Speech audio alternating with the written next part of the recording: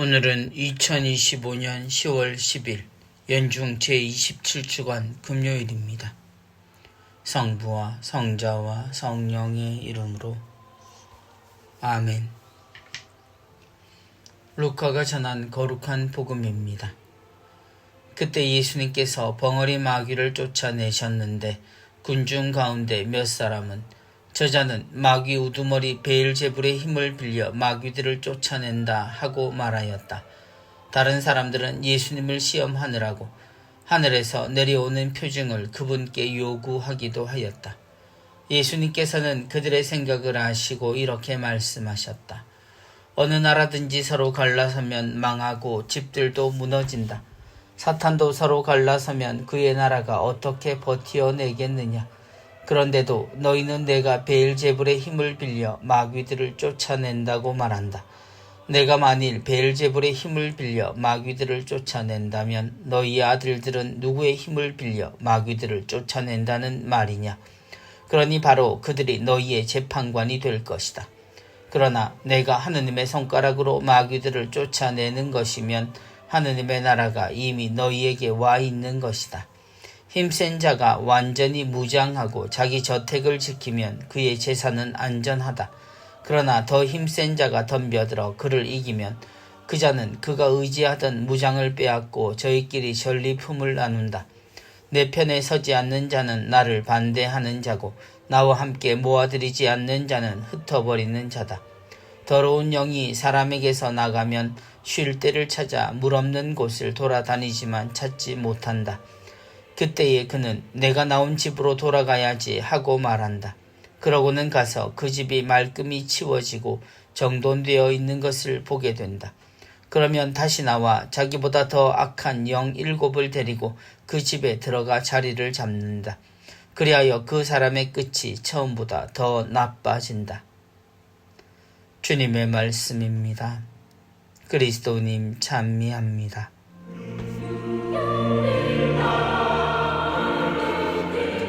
그때 예수님께서 벙어리 마귀를 쫓아내셨는데 예수님의 공생활은 참 피곤해 보입니다. 그분이 무슨 일을 하든 논쟁이 벌어지고 또 사람들은 예수님을 중심으로 이런저런 피곤한 논쟁을 벌이거나 의심을 던집니다. 예수님이 하느님의 일을 하심에도 사람들은 생전 처음 보는 일로 말하며 온통 예수님의 진짜 가짜를 논하는 데 몰두합니다. 예수님을 시험하느라고 하늘에서 내려오는 표징을 그분께 요구하기도 하였다. 누군가는 예수님이 마귀의 힘을 빌려 마귀를 쫓아낸다고 말하고 다른 이들은 예수님께 다른 표징을 보여주면 하늘에서 보내신 분임을 믿겠다 말합니다. 지금은 믿지 못한다는 이야기는 이렇듯 여러 표현으로 예수님께 던져집니다. 복음 속 예수님의 이런 모습은 하나의 특징을 보여줍니다. 예수님이 어떤 일을 하시면 주님을 믿는 사람이나 의심하고 모함하는 사람이나 모두 예수님만 본다는 것입니다. 누군가는 당연하다 말하겠지만 그게 그리 당연한 것이 아닙니다. 예수님께서 벙어리 마귀를 쫓아내셨는데 기억하고 있는지 물어봅니다. 오늘 복음에서 예수님이 하신 일이 무엇입니까? 모두가 당연히 벙어리 마귀를 쫓아내셨다고 기억할 겁니다.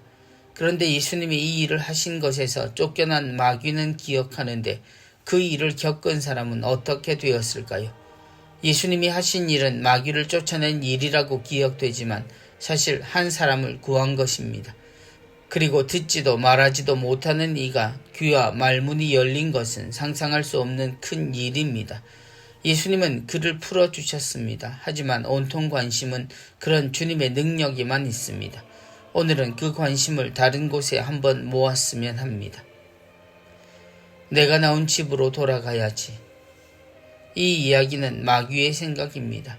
그가 괴롭히던 사람을 벗어났을 때 그 사람은 그 집이 말끔히 치워지고 정돈되어 있는 것으로 소개됩니다. 그런데 이 마귀가 그런 집에 어떻게 들어갈 생각을 할 수 있을까요? 더군다나 자신보다 더 악한 영 7을 데리고 그 집에 들어가 자리를 잡고 그 사람의 끝이 처음보다 더 나빠진다고 말합니다. 이유는 간단합니다.